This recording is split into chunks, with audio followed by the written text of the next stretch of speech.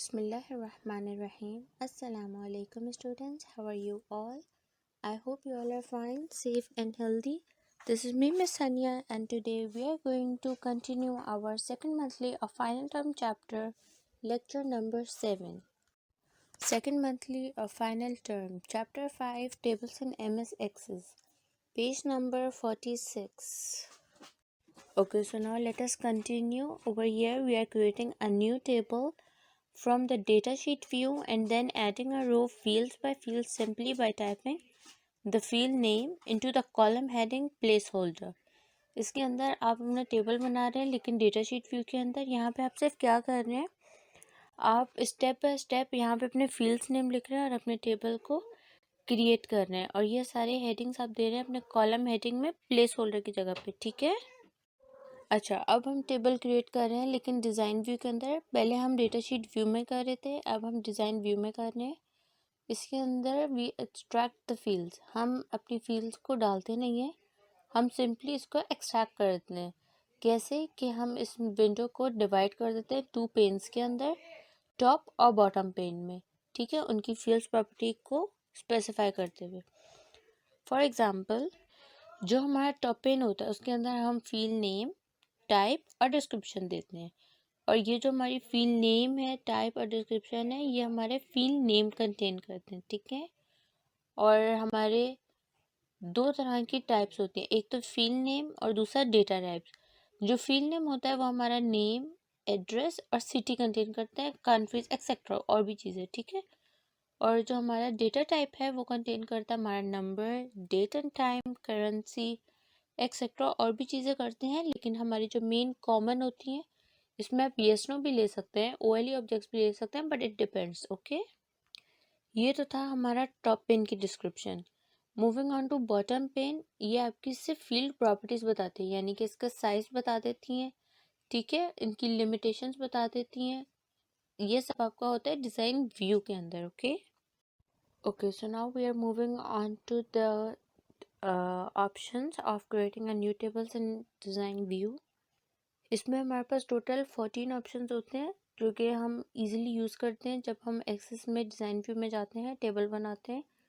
लेकिन most commonly हमारे पास जो डेटा टाइप्स होते हैं वो होते हैं text, number, date and time, auto number, yes no, hyperlink, ठीक है। ये हमारे कुछ इम्पोर्टेंट है जो हम नॉर्मली यूज़ करते हैं। अगर आप अपनी बुक के पेज नंबर 50 और 51 में देखेंगे तो वहाँ पे क्लियरली मेंशन हुआ हुआ है एक एक चीज़ और आपको पिक्चर भी दिखाई जा रही है कि जो आपकी ये डेटा टाइप्स हैं इसमें जो टेक्स्ट है वो आपकी लिमिट 255 कैरेक्टर्स बताते हैं और न्यूमेरिक एंट्रीज। मेमो आपके 63,999 कैरेक्टर्स बताते हैं क्योंकि ये डिटेल्ड के अंदर होते हैं। आपकी नंबर डेटा टाइप आपको न्यूमेरिक डेटा बताते हैं जो कि आप कैलकुलेशन में यूज़ करते हैं, ये आपके पॉइंट्स, डेसिमल्स और कॉमास को भी होल्ड करते हैं। Moving on to date and time, ये आपके वैलिड डेट और टाइम, यानी कि जिस टाइम पे आपकी जो करंट डेट और टाइम है वो आपको शो अप कर देते हैं, लुकअप कर देते हैं। देन वी हैव करेंसीज, आप जिस करेंसीज में अपना डेटा टाइप बना रहे हैं, फॉर एग्जांपल अगर आप पाउंड में बना रहे हैं या फिर अगर आप डॉलर में बना रहे हैं तो आप अपनी करेंसी को मेंशन कर सकते हैं।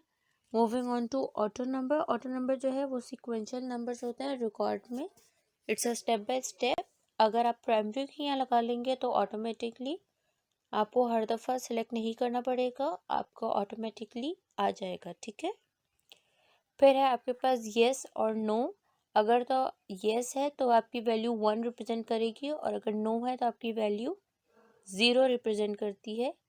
फिर आपके पास आता है ओएलई ऑब्जेक्ट्स, जो आपके ऑब्जेक्ट्स जो दूसरी एप्लीकेशन में होते हैं जो आपको इंपोर्ट करना होता है। फॉर एग्जांपल अगर आपका कोई डॉक्यूमेंट जो है एक्सेल के अंदर है और आपको एक्सेस में इंपोर्ट करना है तो आप ओएलई ऑब्जेक्ट का इस्तेमाल करते हैं।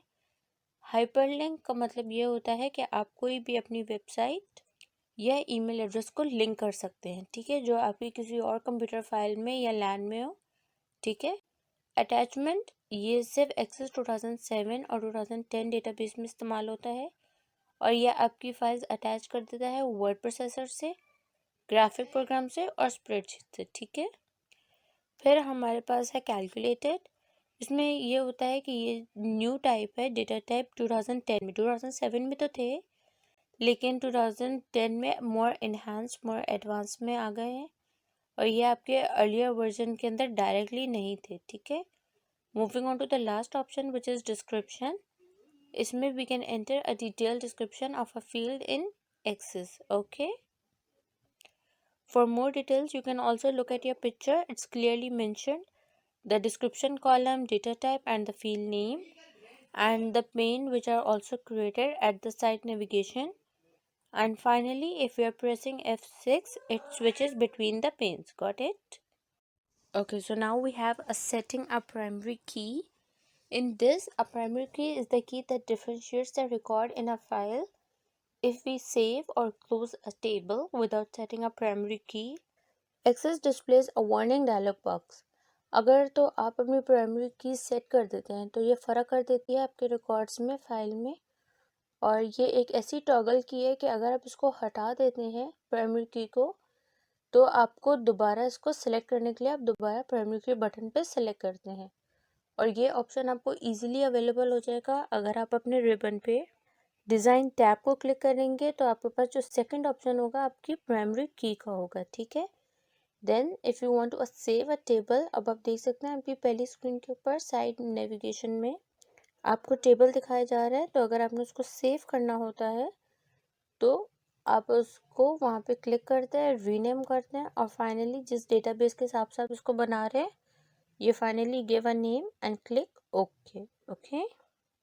Then we have understanding field properties. In this each field property has a property which is set from the bottom pane of the design view window, okay। इसमें हमारे पास 6 तरह की प्रॉपर्टीज़ हैं। सबसे पहले तो property pane, number 2 general tab, फिर हमारे पास है lookup tab, drop down list, property information, yes no properties. अब आप अपनी पिक्चर को क्लियरली देख लें। यहाँ पे अगर आप अपनी प्रॉपर्टीज़ पेन को देख रहे हैं तो उन्होंने आपको वैलिडेशन रूल और वैलिडेशन टेक्स्ट दिया हुआ है। यस नो प्रॉपर्टी आपको रिक्वायर्ड है। और जो साइड में आपको बॉक्स नज़र आ रहा है जिसमें लिखा हुआ है a field name can be up to 64 characters long including spaces, ये आपकी प्रॉपर्टी इंफॉर्मेशन है। और साइड में ही आपको नेविगेशन पेन के बिल्कुल बराबर जनरल टैब और लुकअप टैब दिया हुआ है, ठीक है। और फील्ड प्रॉपर्टीज़ के बराबर में आपको ड्रॉप डाउन लिस्ट दी जा रही है। ये आपकी कुछ ऐसी प्रॉपर्टीज़ हैं जो जब आप एक्सेस का डेटाबेस बनाते हैं तो आपको ये प्रॉपर्टीज़ समझने आनी चाहिए। It's quite easy and simple, ठीक है। And you can easily do it. अगर आप करना भी चाहें तो आपके लिए ज़रूरी है कि आप सबसे पहले इनके लुकअप को समझें, ठीक है। अच्छा, अभी तो हम अपनी फील्ड प्रॉपर्टीज समझ रहे थे, अब हम समझते हैं फील्ड साइजेस। इसमें each field has a size that limits the amount of data we can store in it. We have 3 types of field, text, number, auto number. इसमें ये तो थे आपके फील्ड टाइप। अब अगर हम इसके फील्ड साइज पे आते हैं तो टेक्स्ट का है 255, number long integer, auto number long integer, ठीक है। अच्छा, अगर आप टेक्स्ट देखें तो इसमें आप अपने कैरेक्टर्स को स्पेसिफाई कर सकते हैं 0 till 255, इससे ज़्यादा नहीं। और नंबर के अंदर आप byte, integer, long integer, single, double, replication ID और डेसिमल तक का इस्तेमाल कर सकते हैं। क्योंकि ये आपका लॉन्ग इंटीजर है, लेकिन आपका जो ऑटो नंबर है इसमें आप सेम नंबर की तरह यूज़ कर सकते हैं, लेकिन इसमें आपके पास 2 चॉइसेस आ जाती हैं, एक तो रिप्लिकेशन आईडी की और दूसरी लॉन्ग इंटीजर की, ठीक है। अच्छा, अब अगर आप अपनी इमेजेस को भी देखते हैं तो आपको 3 टाइप की इमेजेस दिखा रहे हैं, टेक्स्ट, नंबर और ऑटो नंबर। इसमें अगर आप टेक्स्ट में देखें तो इसकी जनरल में आपके पास फॉन्ट साइज में यानी कि आपकी फील्ड साइज में आपके पास आ रहा है 255। नंबर में अगर आप देखेंगे तो वहाँ पे आपके पास ऑप्शंस आ रहे हैं। क्योंकि ये लॉन्ग इंटीजर है तो आपके पास single, integer, byte, double, replication और डेसिमल आ रहे हैं, ठीक है। लेकिन अगर आप अपना ऑटो नंबर देखेंगे तो आपके पास सिर्फ 2 ऑप्शंस आ रहे हैं, एक तो लॉन्ग इंटीजर और दूसरा रिप्लिकेशन आईडी। और ये सारे आपको इजीली शो हो रहे हैं आपके डेटा टाइप के अंदर, ठीक है। यहाँ से आप अपनी फील्ड साइजेस को समझ सकते हैं easily. Thank you for watching this video. We will continue in the next lecture. Till then, take care. Allah Hafiz.